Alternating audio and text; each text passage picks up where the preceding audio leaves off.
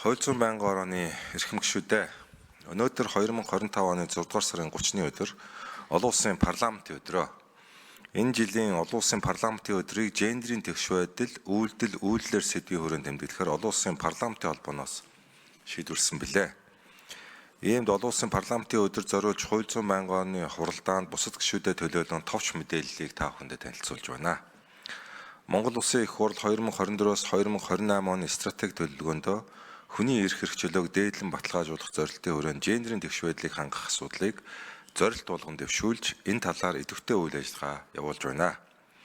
Мөн энэ өдрийг угтан Монгол Улсын их хурл олон улсын парламентын холбоотой хамтран нэгдсэн үндэсний байгууллагын хүний эрхийн механизм дахь парламентын оролцоог бичүүлэх асуудлаар 2 өдрийн уулзалт хэлэлцүүлгийг 2025 оны 6 дугаар сарын 24-ний өдөр зохион байгууллаа.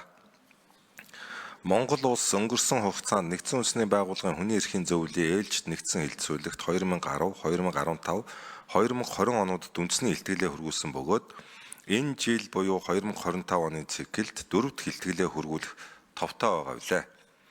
Түүнчлэн 2026 оны 7 дугаар сард эмэгтэйчүүдийг алагчлах бүх хэлбэрийг устгах тухай конвенцийн дараагийн тайлан илгээхтэй холбоотойгоор тус конвенцийн хэрэгжилтийг хангуулах болон хяналт тавих парламентын механизмыг сайжруулж бэлтгэл ажлыг эхлэх, мөн эмэгтэйчүүдийг алагчлах бүх хэлбэрийг устгах тухай конвенцийн тайлагнал болон хэрэгжилтийн явцад тавих парламентын хяналтыг нэмэгдүүлэх талаар харилцан туршлага санал бодлоо солилцлоо.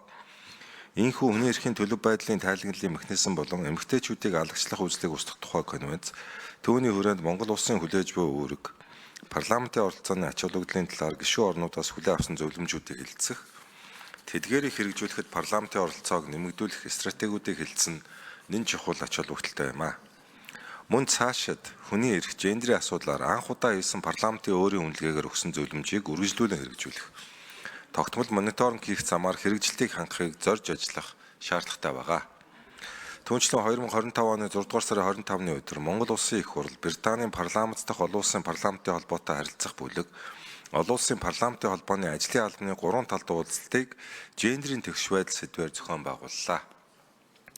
Цаашид хүний эрхийн чиглэлийн хууль тогтоомж, гендерийн тэгш байдал эмэгтэйчүүдийн оролцоог институцийн түвшинд хангах, олон улсын гэрээгээр хүлээсэн үүргээ бодиттой хэрэгжүүлэх парламентын хяналтын тогтолцоог бичүүлэхэд бидний зүгээс идэвх санаачлаг гаргаж, олон улсын парламентын холбоо болон бусад улс орнуудын парламенттай хамтран ажиллана.